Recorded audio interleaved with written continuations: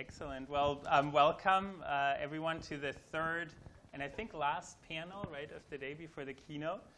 Thank you for hanging in there. My name is Faris Natura. I'm the Global Human Rights Director at BSR, Business for Social Responsibility. I also teach business and human rights here at UC Berkeley at the Haas School of Business. And I'm also a new dad of a 2-week-old, so if I doze off here, it's not for lack of an interesting discussion, I hope. Just kind of poke me discreetly if that happens. We heard a lot of really great discussions already today on big data, who owns data, what to do with it. And one comment kind of stuck with me from this morning. How do we keep data out of the hands of the big evil corporations, right? This session, we're actually talking kind of about the opposite, right? How do we get the data out from the companies and use it for social good? And I can tell you it as a consultant to business working on human rights issues, not all companies are evil, of course. There's a lot of really good ones, and hopefully we'll hear some good examples of that today.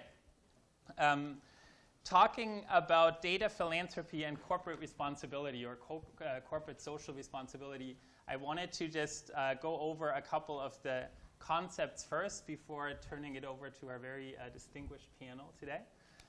So data philanthropy, the term was coined at the World Economic Forum in 2011 and essentially means partnerships where companies share data to advance a social or public good or a public aim.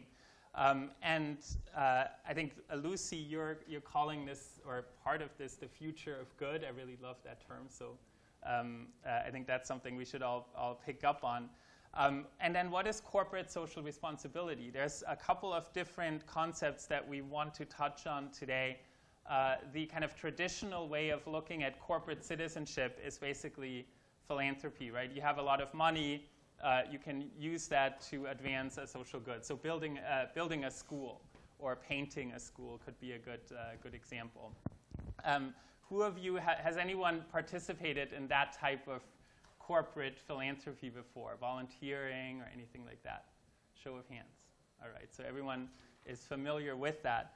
I work a lot in human rights and business, and there's a really interesting discussion, right? We've heard a little bit of it today. Are companies required from a human rights perspective to share the data that they have?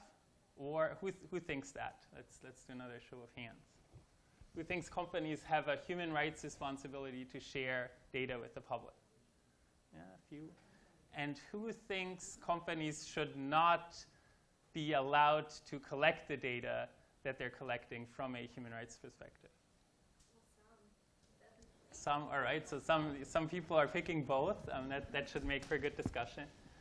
Perfect. And then lastly, there's this concept of shared value, right? And those are the win-win situations, right? So maybe there are situations where it's good for society and it's good for the company to share the data that they have. And we'll probably touch on some of those examples as well. So with that, I want to start hearing from our distinguished panelists, which are much greater experts in this topic than I am. But we also then want to hear from all of you. And so I already want to encourage you now to think about questions for our panelists.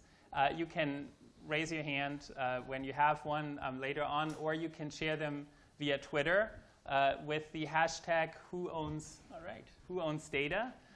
And we'll call. I'll have my phone here. I'll try. So I'm not going to check my email, but I'll check on whether we have any good questions, and I'll pick the toughest ones for our panelists.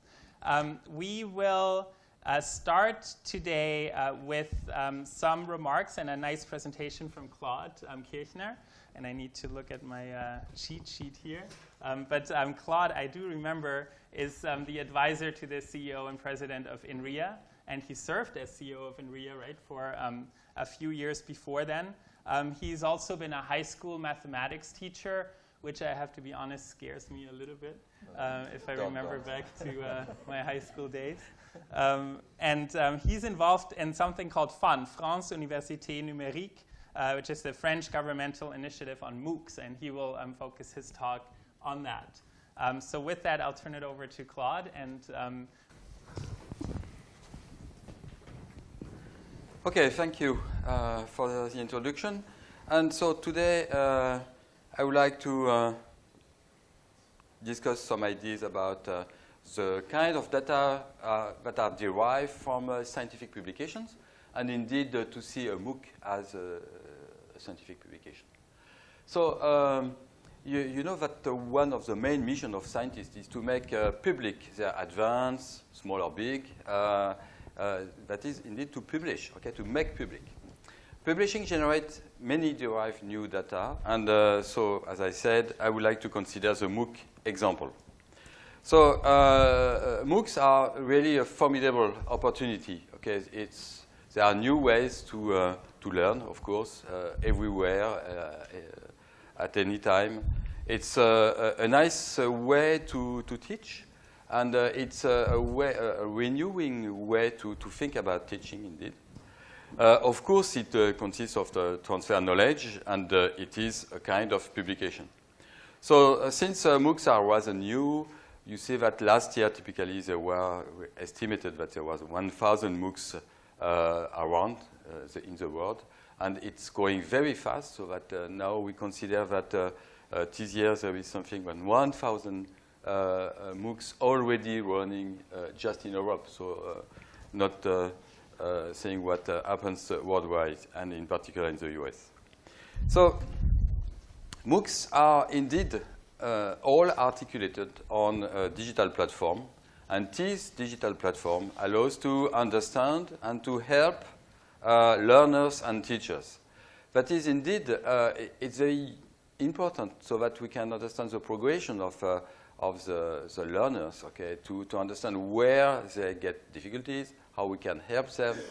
It's very useful for the teacher to understand this part of my lecture was not so clear because all the learners are failing on this point. Okay, so I need to improve that and so on.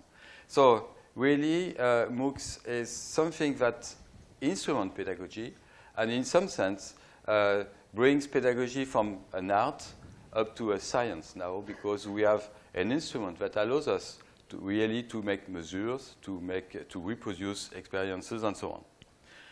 It is also something that, because we record a lot of information, allows to get deep profiles, and I will explain what is a deep profile. Of course, we have a lot of now digital platforms that allows you to indeed publish MOOCs, like FUN, France Université Numérique, that we have in France, and which indeed is derived from OpenEdX. We have also OpenEdX, which is run by a foundation, okay, between several entities, but mainly MIT and Harvard. And we have Coursera, which is a private company. And there are many more, okay, but I would like just to mention these three ones. So FUN, which is public, edX, which is a foundation, and Coursera, which is private. So when you are running a MOOC, indeed, you are providing a lot of data to the platform, because you can let's see, you are registering everything that learners are doing, and of course some of the action of the teachers. So I would like to first define what is a shallow and a deep profile. So shallow profiles is the fact that when I publish an article in my domain, okay, scientific domain, in a traditional conference or journal, I am indeed obliging, I say obliging, the readers, maybe from zero, okay, not very successful publication, up to, in my domain, 1,000 is not so bad, okay, readers to give their shallow profile, that is their name, their affiliation, maybe their age, their credit card number to access to the publication, but not really more, okay. So it could be done directly or via a library or another means like Amazon or things like that. Okay, what is a deep profile? Indeed, when I publish a MOOC on an e-learning platform, then I am obliging, yes, I take the decision to put my MOOC on this e-learning platform, and so I oblige the learners to come on this platform and to give their deep profile. That is their current knowledge, okay, that you are able to measure, and just in order to be able to adapt the lecture to the learner. The behavior on dedicated social networks, something which is very reactive, someone which is trolling the network or facilitating things and so on. Speed of understanding, okay, you can record everything. So, for example, the rapidity on which you solve the examples, the speed at which you look at the videos and so on, the speed at which you move the mouse. And so, indeed, really, we can understand the learning habits of every learner. So this is a deep profile. And what deep profile on an e-learning platform is quite different from the one that you may have on Facebook, okay? Because you are not playing there. You are really learning. So it means that you are trying to put the best of yourself in order to solve the exercise, to understand the context and the knowledge. And so in this situation, this means that the deep profile represents people, you, myself, okay? And so it's really a strategic information today, but also forever. You know that when we are teaching, when we are a learner, indeed what you learn is forever, okay? I mean, during your life, of course. Who has a responsibility, indeed, to make all these deep profiles available to the e-learning platform? Is it the authors? That is it the professor? That is, do I decide to go on Fun, on edX, or on Coursera? Or should it be the university, the school, or the nations? And indeed, there are a lot of different possibilities.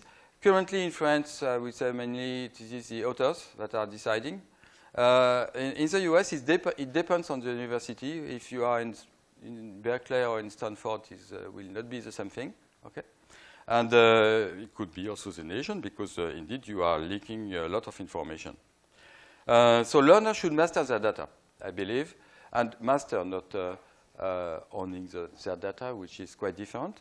So indeed, as Nicolas was saying before, it's very useful to give the possibility to the learner to have a lifelong pedagogical personal file, so that you can, from the kindergarten up to the rest of your life, indeed accumulate all the pedagogical data that you are producing. That's useful for initial as well as continuous education. And can you imagine for continuous education, when you have an e-learning platform coming into a company, what all the information that can go from the e-learning platform up to the company management, typically? Okay, do we agree with that? Do we think that we should do that? Okay, so there is really a responsibility with respect to the learner from the teacher. And of course, there should be the possibility to give the data for science, indeed, to understand pedagogy, to understand the behavior of people, for psychology, for learning science, and so on. And of course, we should also set up environment, in particular e-learning platforms that are ethics and that we can trust. That is, platforms that we can indeed review in depth, looking at how it works, okay, really.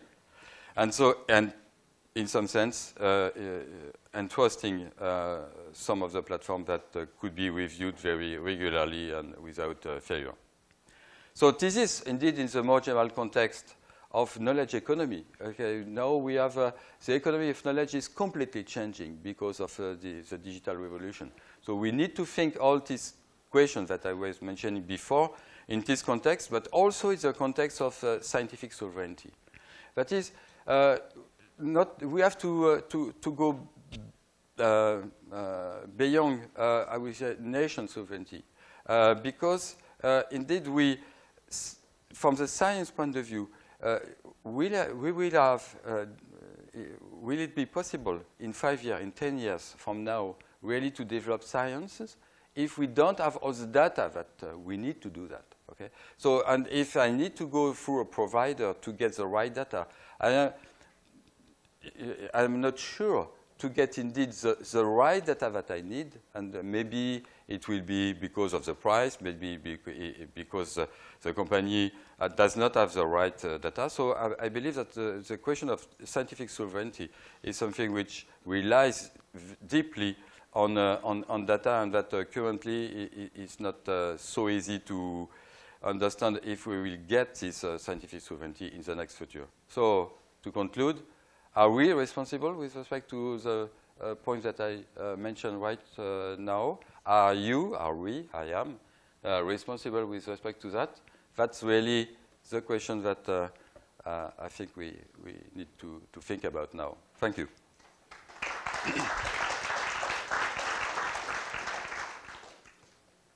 Thank you very much, Claude. Excellent presentation.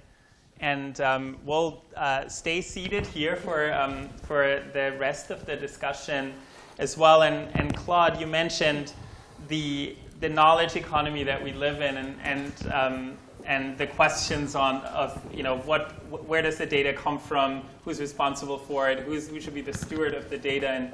And we'll hear next from Manas Mohapatra, who is Associate Director of Legal at Twitter, who can probably share a number of perspectives on those questions, given those trends. Manas works at Twitter now, covering privacy, right, and consumer protection issues. Before then, he worked in government at the FTC as a lawyer, focused on consumer privacy and consumer protection in the mobile technology unit, right? And so, really interested to hear the company perspective on it and the business perspective on big data and data philanthropy as well. So over to you, Manas. Thank you, and thank you very much for having me here. I'm sorry to subject you all to a lawyer, and I will try to be as understandable and clear as possible. What I'll be able to talk about really is just how Twitter has kind of constructed itself and how we're thinking about this issue. Twitter's a little bit unique in that we are largely a public platform. And the value proposition for the user should be fairly clear, is that what we do is we are a platform that allows you to disseminate your thoughts, your media, instantly to the world, publicly. And part of the idea is that users request and ask us to do that, to take their tweets, their ideas, their bits of brilliance, or their bits of what they're having for breakfast, and disseminate that widely. We have long thought as a product there is value to have a public space. And that's both for the individual user, who can engage in conversations that they might otherwise not be able to if you're only limited to your own private network, but also for society at large in terms of thinking about, on a macro level, what are the kinds of discussions that are happening in a public network.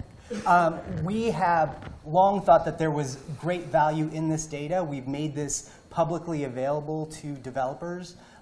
Some portion of all tweets are available through our public APIs.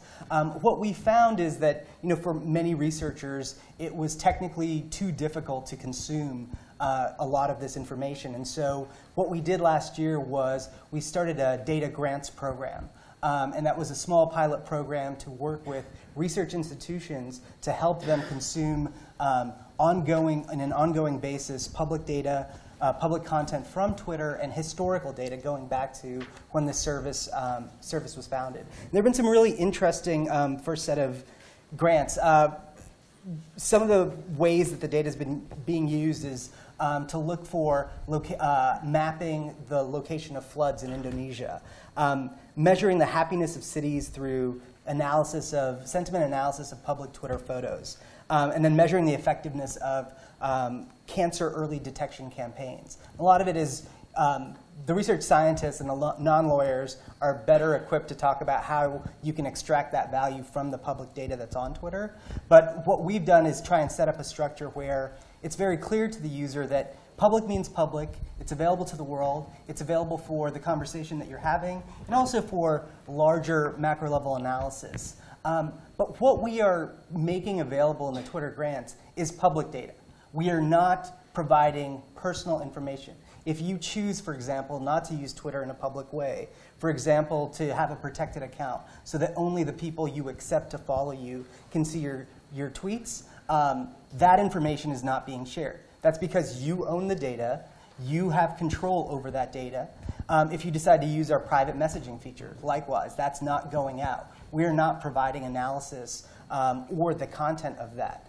What we think really has value is the things that people voluntarily decide to share. And just the question of this whole conference, who owns the data? On Twitter, it's a very simple answer, is that the user owns that data. We've made that clear in our terms of service. We've gone to court to fight law enforcement that says users give up all their rights in that data once they publish it publicly. That's totally not true. And we really respect our users' rights to their content throughout the whole process. Excellent. Thank you so much. And I think we'll get to some of those questions again a little bit later in the discussion today. On I'm sure there are a lot of questions on again, who owns the data in that, and also what's been the impact of sharing the data through the data grants. But we'll go for a broader perspective next to Lucy Bernholz, who's our third panelist today, and last but not least, absolutely. And Lucy's a visiting scholar at Stanford at the Center on Philanthropy and Civil Society. She refers to herself as a philanthropy wonk, which I love as well, and is really focusing on the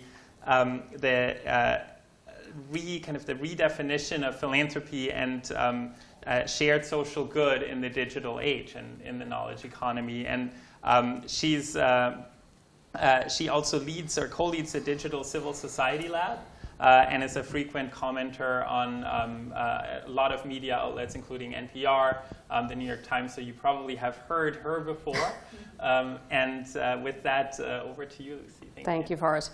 So I want to take us back to some basics for a minute, because this is about data philanthropy. And I do believe that figuring out how to use digital data and digital resources as a resource for public good is absolutely the answers to that question. On the answers to that question rests the future of good. But I want to sort of set up some of the structures about the way I think about this.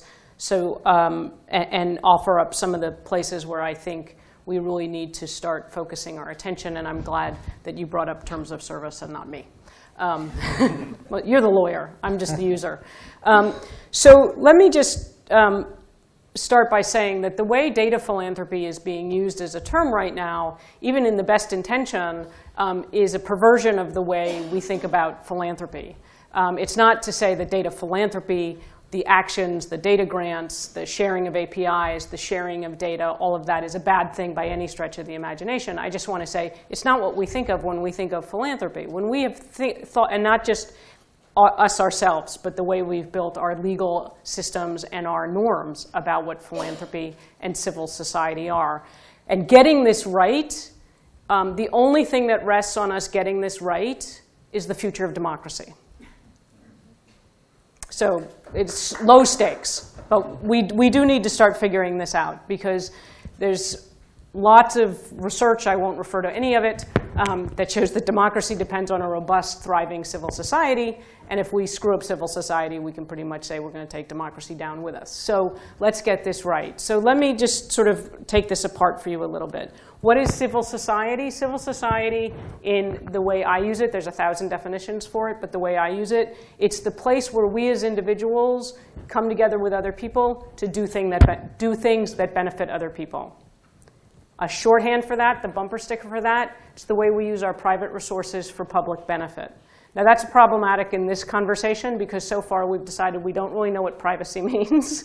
Nobody's even offered up a definition of public benefit, and we're still trying to figure out what resources we're talking about. So it sounds great, it's a great bumper sticker, but we don't know what 5 of the 6 words in it mean. Don't let that stop you. The other purpose of civil society, particularly in thriving democracies, is a place where the minority is protected. It's to protect us from, as Alexander Hamilton put it, the tyranny of the majority. That's another critical role of this associational space. And it's the place where we express ourselves. So when we think about civil society, and I'm going to get to what philanthropy is within that, when we think about that, those are the broad strokes of the things we're trying to protect here. We're talking about freedom of association, freedom of expression, and the ability to do those things without being searched or surveilled. So we've got the First Amendment and the Fourth Amendment for the Americans in the room. They're fairly critical, basic principles that are at stake here. And we're going to try to figure out, we have been trying to figure out, the examples given so far are already examples of how we're doing this, how to do that with digital data. And everybody in this room knows that digital data just don't work the same way that time and money do. And time and money are what we've typically been donating to produce public benefit. Volunteering and giving money is what we do to create that associational space. It's what philanthropy is all about, but it's based on all of our rules and practices for it are based on economic assets of time and money, and digital data ain't that, right? So we've got a really nice square peg round hole problem. It's solvable, but we've got to get there. There's another key part to civil society functioning well. And that is that it's voluntary. That we are individually in no ways coerced into participating. We must participate in the government. We either pay taxes. We should pay taxes. You all pay taxes. And you get the right to vote. But participating in government functions is a requirement of being a citizen. Participating in the market is a requirement of being a thriving, sustaining human being. We live in a market economy. You could go live in a hole somewhere, and you could get out of the market. But you're pretty much coerced to live in a market economy if you actually interact with anyone anywhere. But you have a choice about civil society. And you act on that choice by either opting in and giving money, giving your time, being active, or you don't. And there's nobody who's going to, except your mother, who's going to tell you that you should do it differently. So this element of coercion and voluntarism is absolutely critical, and it's one of the complicating factors in the digital environment, and it's actually why the terms of service become so important. So I want to give you a couple of examples of just sort of what's going on in the world. If you think about and we've used data here today to mean everything from 3D printed blueprints to metadata to our DNA to our Twitter feeds. And I actually think we have very different feelings about many of those things and how much we want to be private about some of them versus others. There's a spectrum for all of us, but there's certainly a spectrum across those certain things. So if we think about our DNA, can we agree that that's probably our most personal, most private source of information that could become digitized? If we start with that, let me just give you an example of the situation we find ourselves in. Right now, I can donate my DNA to 3 types of organizations. I can give it to a not-for-profit organization like the Genetic Alliance or the Type 1 Diabetes TD1 Exchange, which is type 1 diabetes. They're not-for-profit organizations. They'll take my information and they'll take my DNA and they'll do certain things with it. I can also give it to 23andMe. In fact, I can pay 23andMe to take it from me. Or I can give it to the Personal Genome Project, which is completely open access for all of the information I would share. That's the spectrum of choices and people are doing all of those things. So I'm going to take the huge psychological leap and assume that people want to do all of those things. So which one of those, if any, are we talking about when we talk about giving private data for public benefit? Are they all acts of data philanthropy? Right now, we have no way of knowing. There's no answer to that question at the moment. They all count as acts of something. But in the context of what can be done with the data, they may or may not be acts of data philanthropy. For the most part, when we're talking about corporate giving of data to nonprofits or for public benefit, we are talking about corporations giving aggregated sets of information that comes from us as individuals. And to the degree that they actively ask us if that's OK with us, and we actively opt in to that, then we might be on firm ground. But to the degree that that's either unknown to us, we're not aware that it's happening, it's obscure, we don't understand what's going on with it, then it becomes a form of coercion, and we're no longer participating in civil society as volunteers. That's a problem. Now, given that I, as an individual, have an opportunity, back to the DNA example, to do any of those three things, one would assume I can act as an informed kind of donor and decide if I wanted to give it directly to Genetic Alliance, pay 23andMe to take it from me, and maybe they'll do something with it good, or give it to the Personal Genome Project. But we don't have those same options if we're talking about our social media postings or our shopping preferences. And so we're going to have to figure out the rules for those things. Right now, the kind of data philanthropy where companies are taking and not revealing this or not really making it clear to the users what's happening with their data in terms of the public benefit side of it, is not philanthropy so much as it's the philanthropic equivalent of buying a red iPad case. So you're all familiar with this kind of philanthropy that's called cause marketing, even if you don't know the name, right? If you've ever bought a product, anybody in here ever bought a product or rounded up your grocery bill or paid a nickel or let Whole Foods keep your nickel to donate to charity because you brought your own shopping bag, or bought a product because somewhere in the marketing it said a portion of the proceeds from this sale will go to the World Wildlife Fund, fill in the blank. If you don't raise your hand, I know you're lying. Right? You've all done it. Right now, the way the philanthropy of our data is working is that. In that case, I go to Whole Foods, I bring my own bag, I let them take a nickel, drop it in the box. Whole Foods, I think, they tell me, I have no idea, that they're going to donate that money. They're going to get all the credit. They're going to get all the PR. I'm going to get, at least they asked me at the cash register if I wanted to do it, but I'm not getting any of the benefit of actually giving that away, right? In the data situation, it's that, except they really didn't ask me if it was OK with me, except in those terms of service, which we all read, right?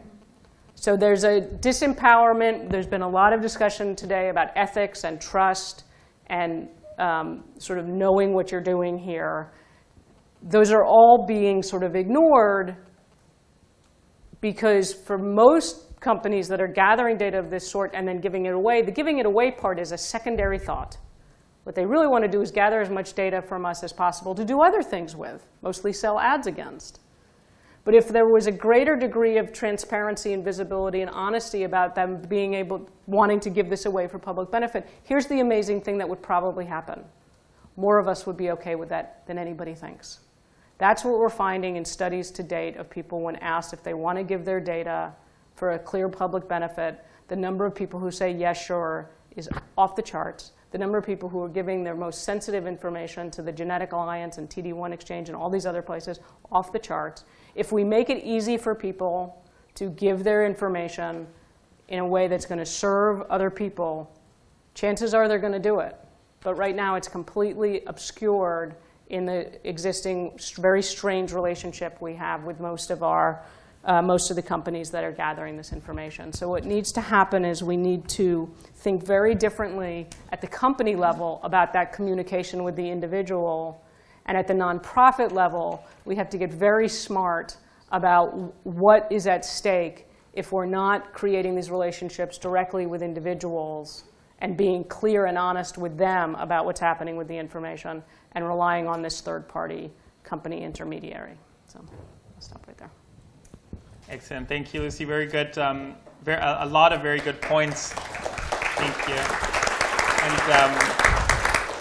And raising a lot of really good, I think, framing concepts for this discussion, right? And I think I'll start with a quick question we got from Twitter because it's right on, it's very specifically about something you said, which is the DNA piece from Greg Niemeyer. Do we really own our DNA, given that it's the same, 99.5% of it is the same for all human beings?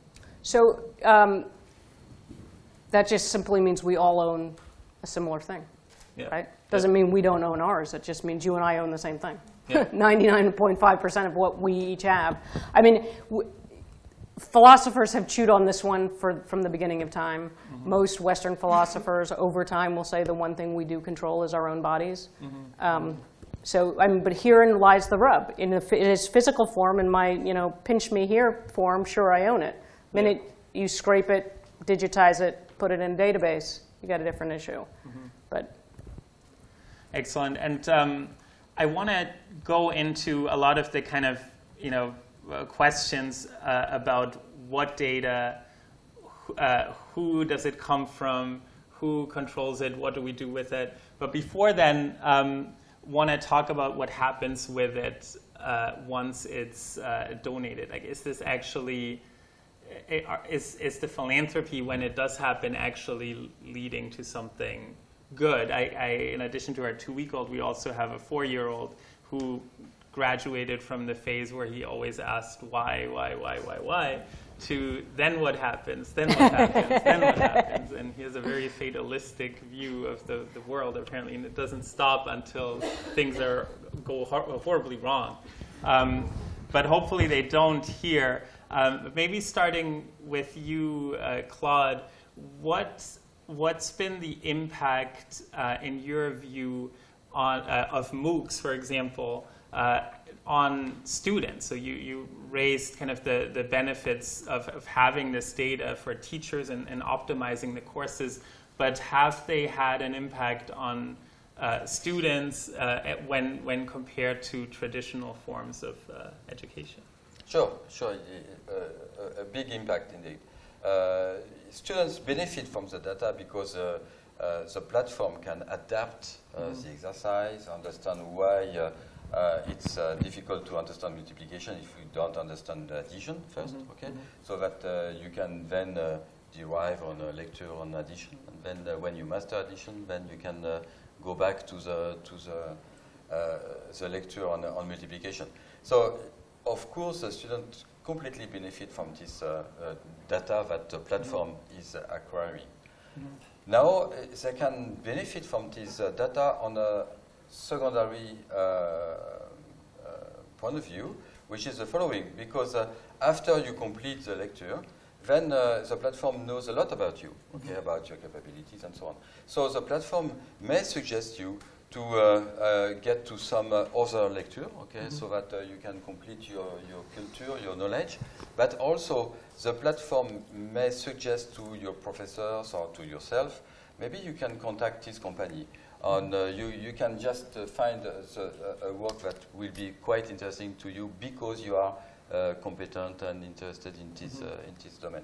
So this means that the data can be used directly to help the student during the lectures, during the completion of the course, but also later in order to help the student to find the right things to do. Okay.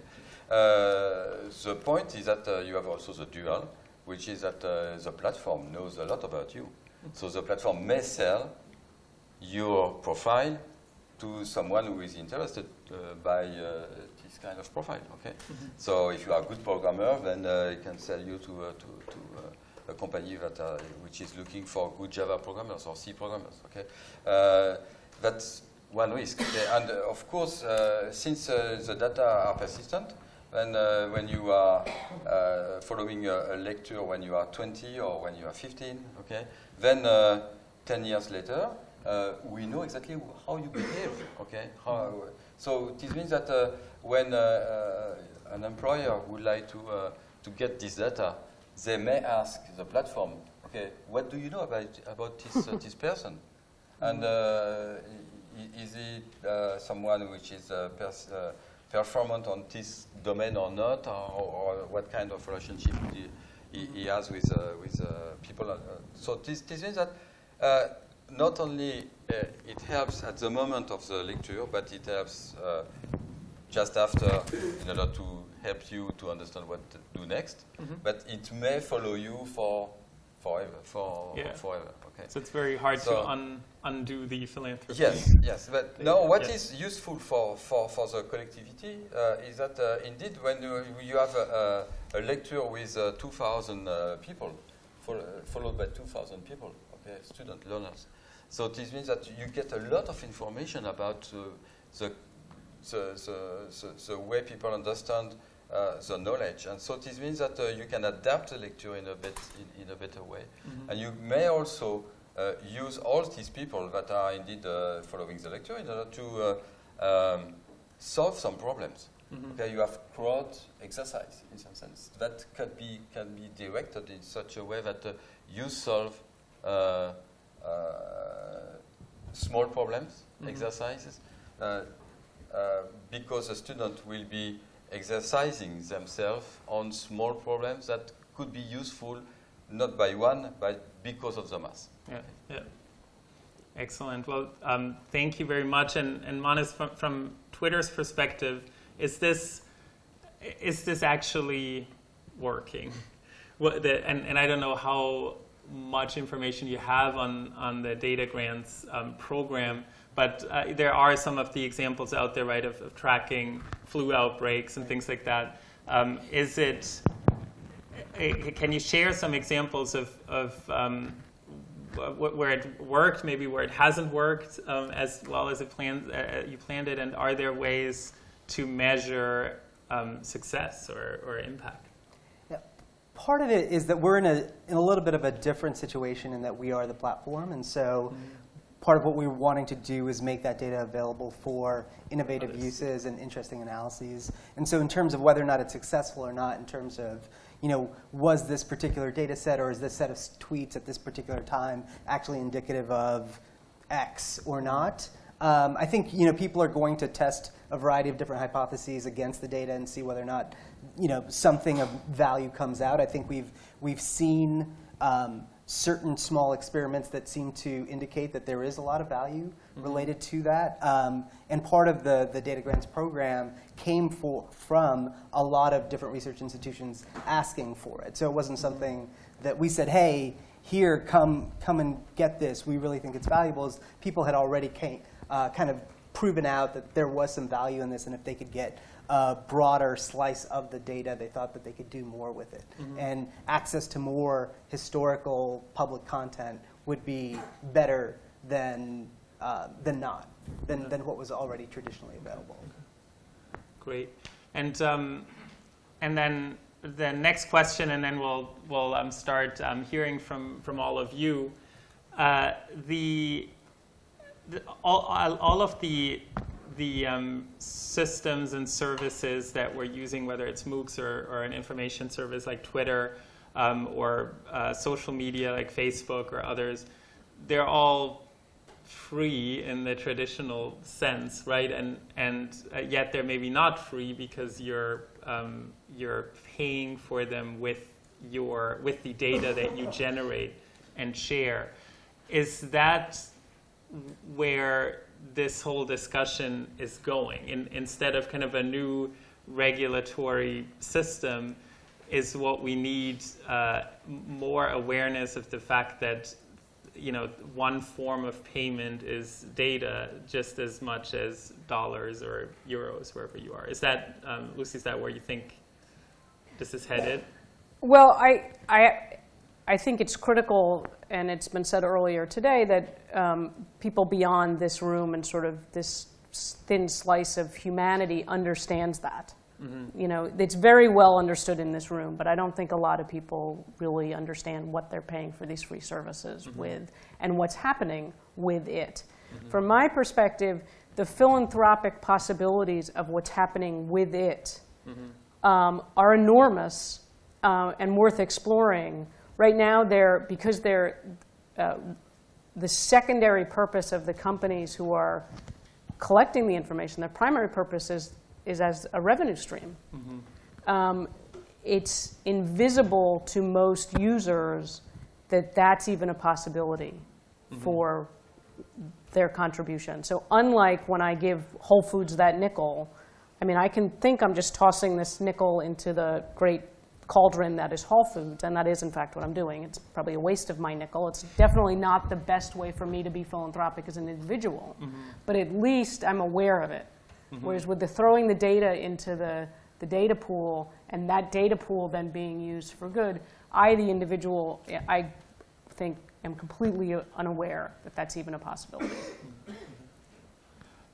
And does it matter? Do you want to comment? Yes, Go ahead. I would like to comment on your question. Oh, yeah, please. I think, continuing this example of MOOC, of course, there are many other examples, okay, but just continuing this example, a MOOC costs a lot, indeed. Okay, it's very costly because you have to get the time of the professors at record in time. You have, of course, the platform, which is quite costly to set up, the software to run the platform, and so on.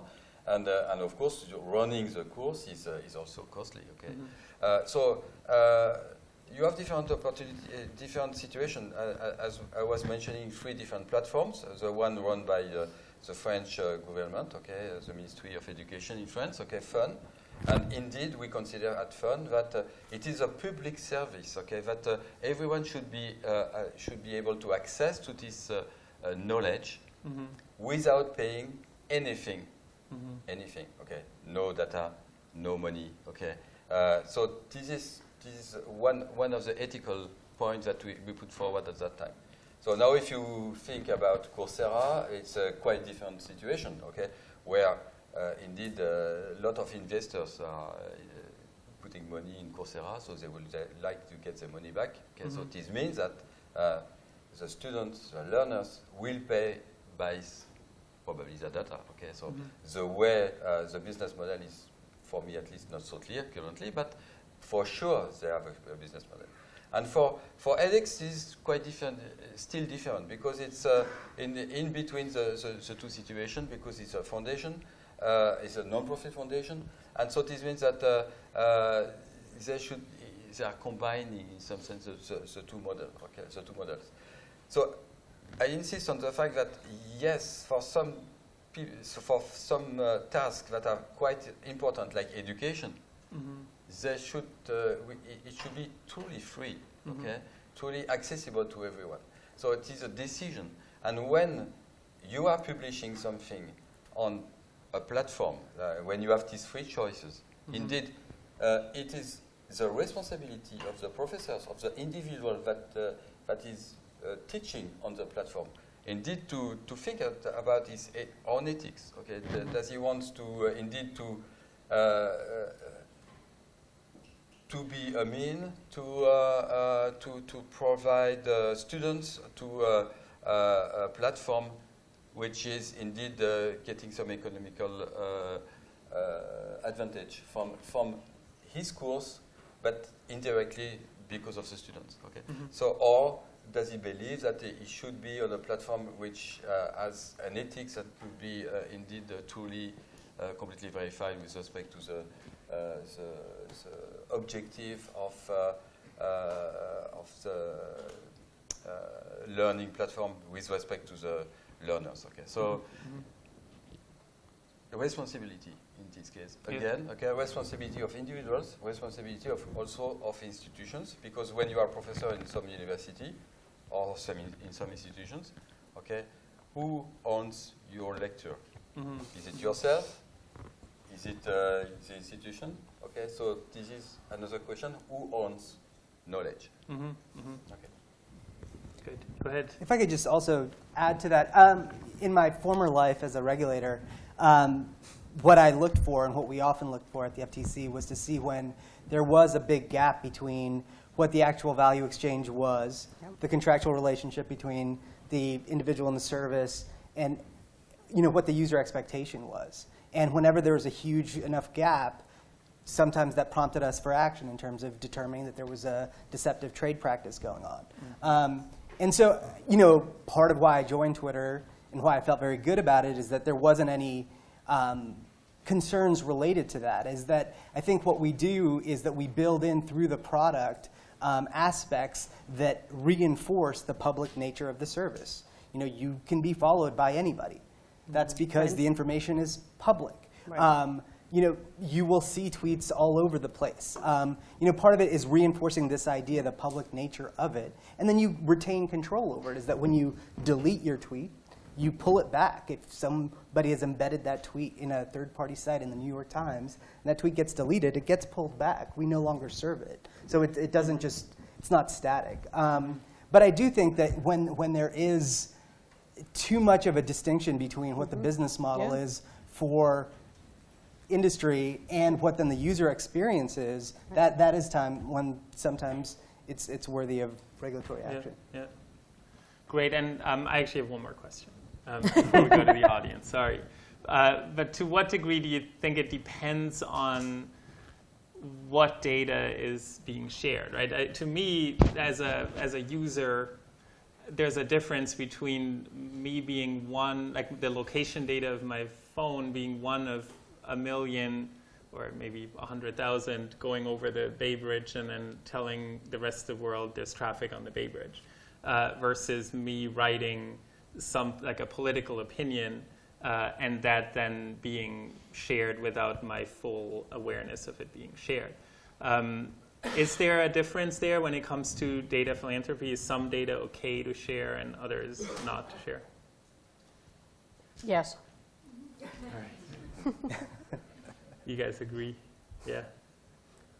I would frame it in that it should be the individual's choice as it relates to it. And so part of what we do is that we require very little information to create an account. You don't need to use your real name. You don't need to provide a whole lot of information. And so if you have unpopular political opinions, you don't need to attach your real name to that. There's pros and cons for that approach. It allows for pseudonymous speech that's important. It can also lead to abuse on the platform, and trying to balance that is difficult. But part of it is, again, it's what you want to share with the world is what dictates.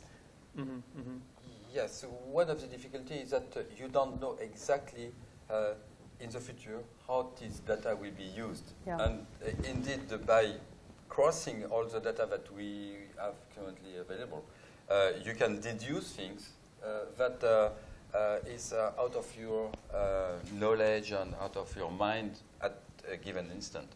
So I believe that it's extremely difficult to understand if data should be shared or not. Okay, and I believe that the individual level is nobody has the ability to understand that. Furthermore, it's just impossible to anonymize data now. Okay, because you can anonymize one file, maybe. Okay, but as soon as you have several files that are concerning the same kind of people, then of course you can cross the information and get more and more precise information. So it's like pixel, okay? So you see like these impressionist pictures, okay, where indeed at one time you get some of the pixel, and then in the future we'll get much more, and then you have indeed even more because of you can deduce from just knowing A and knowing that A implies B, then you will get B, okay, like by modus ponens, a bit of mathematics, okay. But, and by doing that, you know B now, okay, and B was not known before, okay. So which means that you say that understanding the propagation of information in this context is extremely complex. Excellent. All right, now we're going to the audience. Thanks, and we see a few hands up. Let's go to the front first and then way in the back. And I think there's microphones. So it's the gentleman in the front here, and then we have one right in the back. So it keeps getting more and more exciting. So there's one use case I'm familiar with where Al Jazeera, the news agency, has scanned Twitter for protest information and associated that with articles they write. So now they have an engine that knows which articles they write will produce which protests in which location. And furthermore, which articles they write will produce which kinds of attacks in which locations. Is that a legitimate use of data philanthropy, and who is responsible for that usage? So in other words, we can learn so much from each other, and we can use that knowledge for all sorts of purposes, and how can we account for this? And I would say that your framing of oh, the user owns the data is incomplete, because the user may own the data, but the user may not own the insight gained from that data. And so who owns that, and how do we sort that out?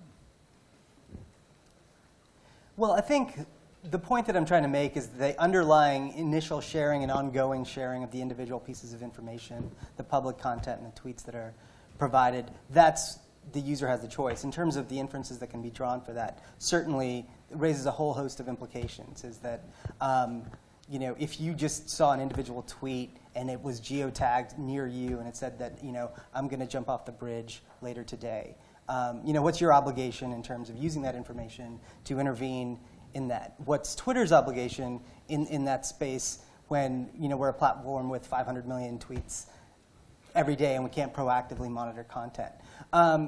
Going to Claude's point a little bit about this inference aspect, and this is again showing my legal bias, is that, you know, contracts matter, especially contracts matter between us and other business partners.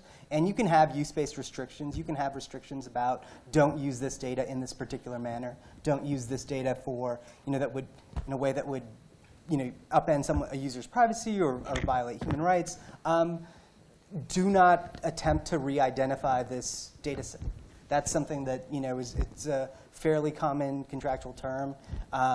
When companies make promises to end users saying that we won't share your identifiable information, so we de-identify it, an additional protection you can say is actually don't try and re-identify that, and there's actually legal ramifications if you upend that. So, you know, there are things that you can do to try and mitigate that. I mean, there's a host of other questions that are very difficult to grapple with. Good. All right. We have one in the back and then another one in the front and over here. Go ahead.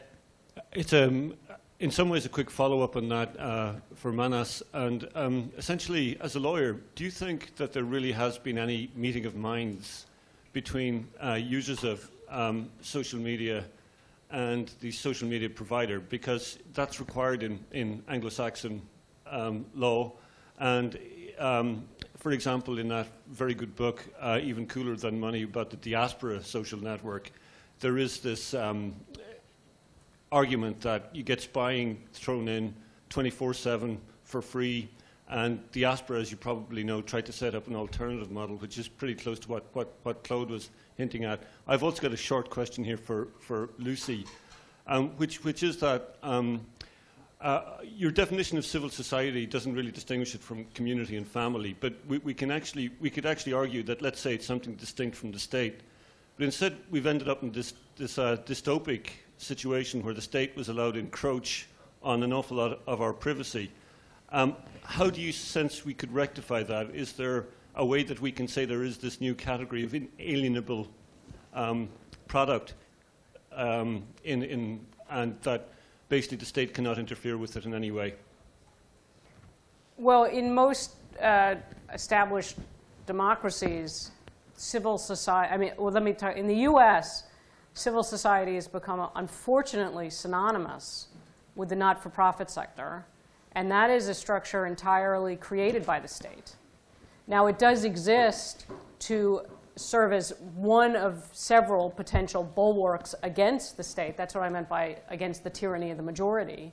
It's failing to do that, although some elements of civil society, the Internet Archive, the Electronic Frontier Foundation, I mean, that's all part of it, are in fact fighting a good fight against certain types of state actions on these issues, and we need more of it to do so. So I'm not sure if I'm answering your question. I think it absolutely behooves civil society to take these questions and these issues seriously. And for the most part, in this country, it's not paying the slightest bit of attention to these issues at all. In fact, I very deliberately, when I described what sort of structures civil society, left out the tax code. But if you turn to the organizations that purport to represent civil society in this country, the only policy issue they care about is the tax code. So they're completely off the mark. And just as a quick follow-up to yours, I do think that there is a meeting of the minds. It's completely in the company's interest for our users to fully understand what the service does and how it operates. If there's a big gap, if that gap continues to grow between what our business model is and how we operate and what the user is expecting, there may be some short-term gains, but that's not going to be good for us long-term in terms of people not understanding how to use the service. If they think that something is actually private and it's being broadcast or embedded in CNN's stories and they're shocked about that, that's not good for us. And so we have every incentive to ensure that users have a better understanding of what they're getting into. One quick interjection with a Twitter question, which is from Camille, I think, on putting the genie back in the bottle, essentially. So if you have data philanthropy, let's say it's very successful and the data is being used for social good, but should the should an individual have the ability to then later have their part of the data deleted, whether it's MOOC information or performance in a course or something else that we heard about a tweet, right? That's possible to do. Should that be a requirement of data philanthropy? I think it's one thing that argues for using the term data philanthropy to describe the informed donation of data by an individual to an organization. So when someone donates, gives their information for medical research purposes, for example, to an organization to do medical research on that strikes me as data philanthropy. All these other things we're talking about, I'm not so sure. I think the term is being misused. Okay. So and then the answer to, in that case, yes. Absolutely. In that structure, and that actually is the way it's structured now, and most of it exists in medical research, and it's actually not new. It's been going on for over a decade, and that precise requirement exists. But if we want philanthropy to continue, there's a degree of donor awareness, and I mean individual donor awareness, or if it's not data about individuals, then it might be a different story. That's just completely missing in what we're describing right now. So you're saying the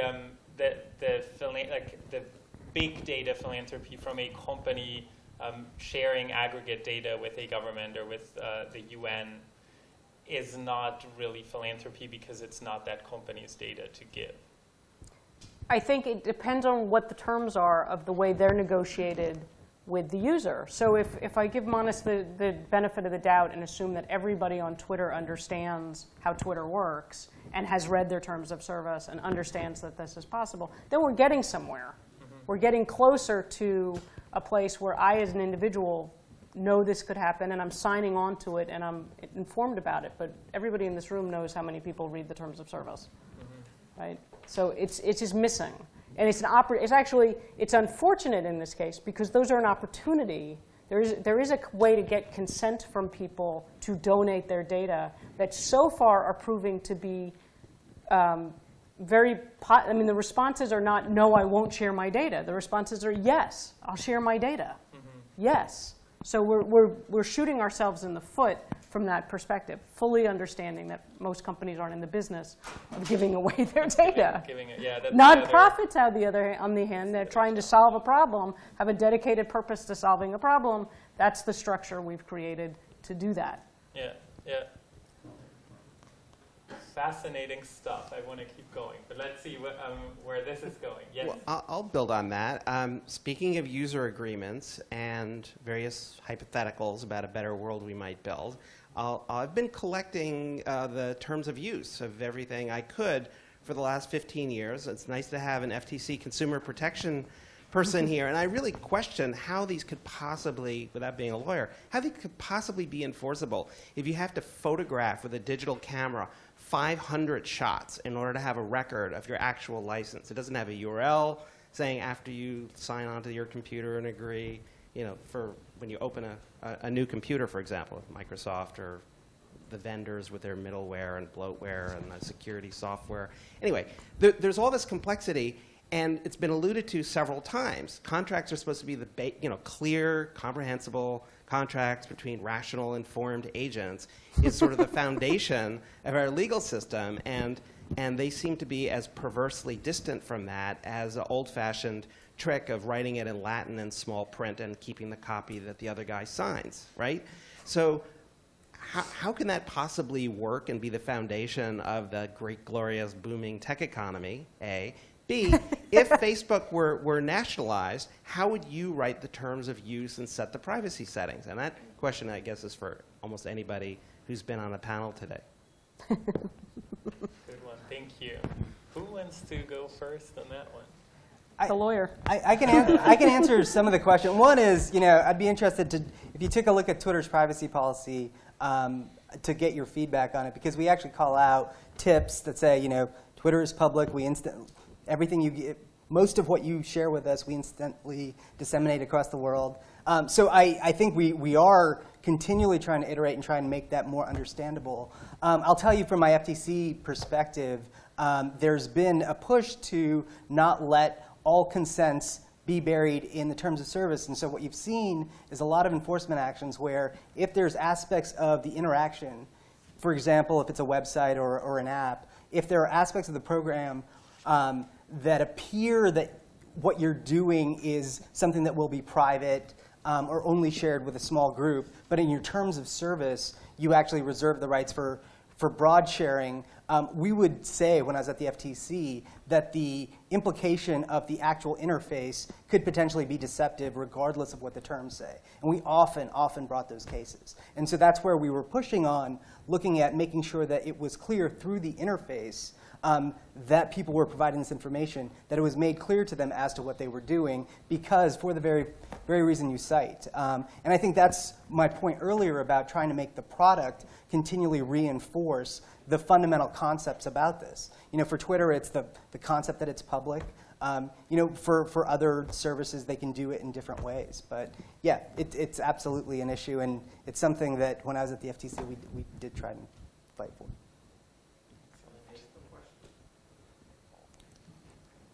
Okay, I may add something to what you are saying with also to a question. Indeed, I believe that reviewing things is very important. That is currently there are engagements, and I believe that these engagements are never reviewed.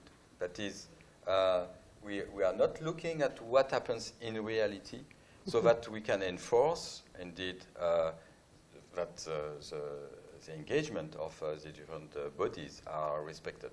And I think that, so this means that we are signing things that there is no value because there is no check that things are the right things, except in a few legal situations where people are attacking a company or somebody. Okay, so, but it's very few cases. And what we need to have now is really to have simple engagements of people. Okay, if I continue with the MOOC example, the engagements of the professor, engagements of the platform, engagements of the learner, okay, and the right of all these people, engagement and rights, and then to be able to review that regularly with independent bodies, and then we will get some quality and trust. I think we had a question over here on this side. Is that still true or no? No, over here. Go ahead. This is a follow-up to Manas's point earlier about the responsibility or the de-anonymizing clause. You used de-individualizing. De-identification. De-identification. I was surprised to hear you say that, because it seems, you know, and this is partly from the last panel, that to truly anonymize a data set is very, very, very challenging. And I could see a hypothetical hacker acting in what he or she believed to be the public interest, saying, I'm going to show that they have not done as good a job as they could have. And this goes to a judge. We've got this statement from whatever, Netflix, hypothetically, you know, which says that you know, that we try to anonymize the data, and the hackers say you did a crummy job and it's your fault, not mine. Are you comfortable? Do these clauses, are they enforceable? Is this an easy answer? Well, so I think my point was, let's say you're sharing a de-identified data set with another business. What you could do is say to that business, you know, we've done our best to de-identify it.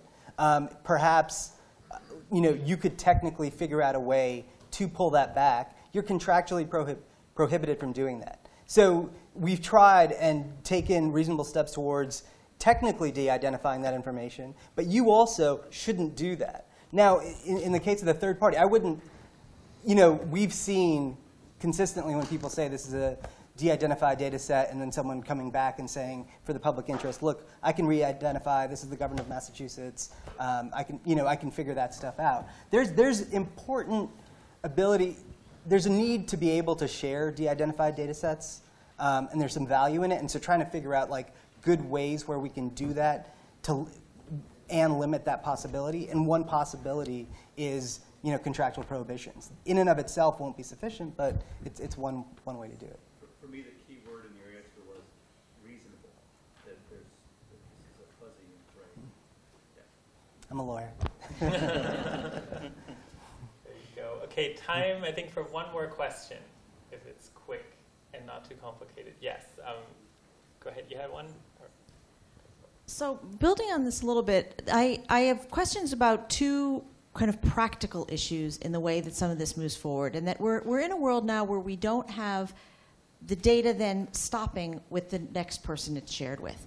So if data are used for whatever you want to call it, whether it's perversion or not, data philanthropy, it's given over to someone for use. Generally speaking, it's because they're going to take that data and do something with it and put it out in the world. So then, as it goes out, where are we in terms of consent and practicality in knowing where it goes?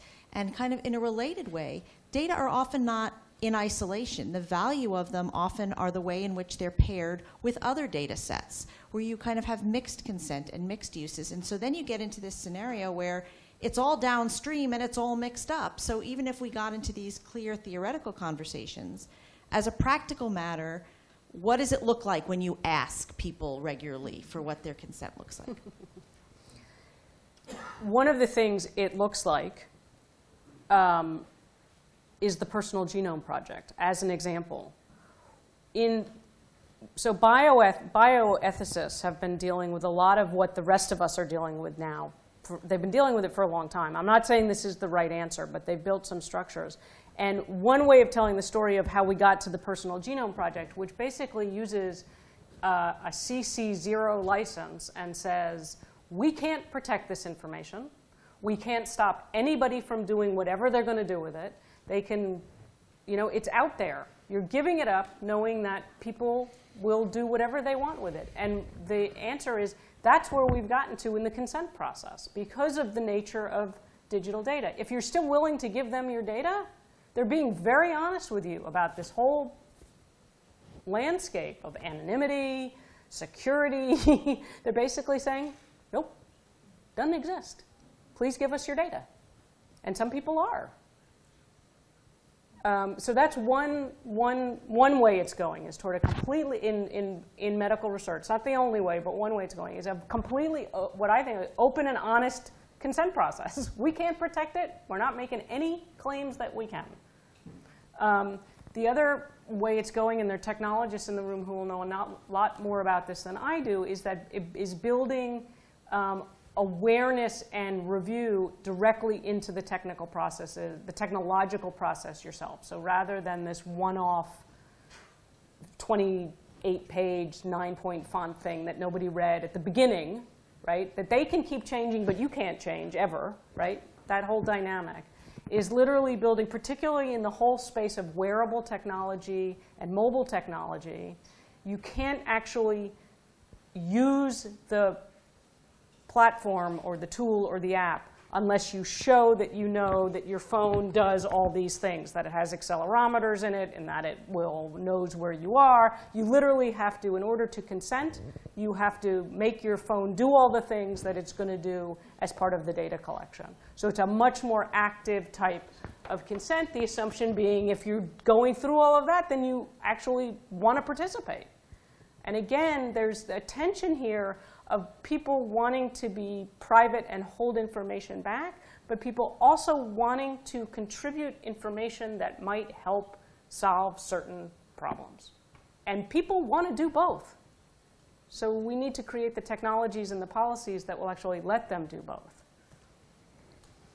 Excellent. I think that has to be our last word. I think in trying to summarize, it sounds like there is potential for good in data philanthropy, but we pretty much exclusively discussed the challenges associated with it, and I think that's maybe an indication of where we are and what we still have to do. But I would hope that it's worth solving those challenges to make sure we use data for good. So with that, let's thank Lucy, Manas, and Claude for their excellent presentation.